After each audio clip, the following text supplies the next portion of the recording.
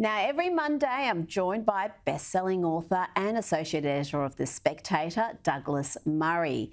Douglas, let's start with the supposed king and queen of empathy, Jacinda Ardern and Justin Trudeau, who are finally being exposed for the vacuous imposters that they are.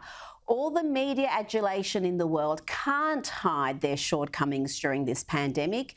You wrote superbly about how these two are more concerned about performative caring than actually displaying any real capability, adaptability and expertise. That's right. I mean, it's obvious. It was obvious from the start when both of them ran for office. Both Ardern and Trudeau were presenting themselves as if there was something very special they had, which gave them a great advantage over their alternatives, and that was that they were especially empathetic, especially caring. Jacinda Ardern's face crumples up with empathy and sympathy. She seems to express such care about people and about things. And of course, Justin Trudeau, who has even nicer hair than Jacinda Ardern, always did the same thing. Always said how much he cared. And there are several things that this I always thought showed. I mean, the first is, by the way, that empathy is not a particularly important trait in politics. It's important, but there are many things more important, such as, for instance, competency. Now, this whole modern idea that we've sort of slipped into, that as long as somebody's face crumples enough and they show enough sympathy for people, that somehow they're going to be good or better leaders, has been shown up by both Ardern and Trudeau as an absolute crock as an idea.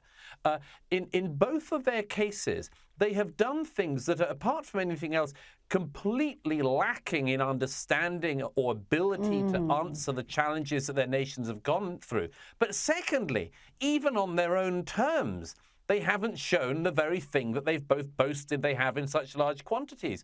Neither Ardern doesn't seem to have very much empathy, actually, for the people of the benighted country that she rules over. You know, as every other country in the world is coming out of lockdowns, New Zealand last week announced new restrictions. So she doesn't seem to have all that much empathy for the people of New Zealand. I rather wonder whether those of us who went to that country will be asked by our grandchildren what it was like, you know, in this country that decided to lock itself off from the world in the 2020s. And as for Canada, I mean, Trudeau, as he has shown with the truckers and the people who have decided to protest against his appalling government in Ottawa, have shown he has no sympathy or empathy for these people. He says they're racists, misogynists, homophobes, transphobes, every other one of the modern phobes.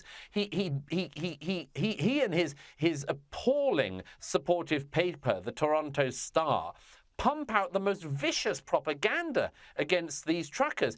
Justin Trudeau has no empathy for them. He has no empathy for the media who are asking questions that he doesn't like. He told one female reporter this week that he wouldn't even deign to answer her question because she came from Rebel News, which he says is not an organ he will answer questions from. So they don't even on their own terms have the abilities they claim to have.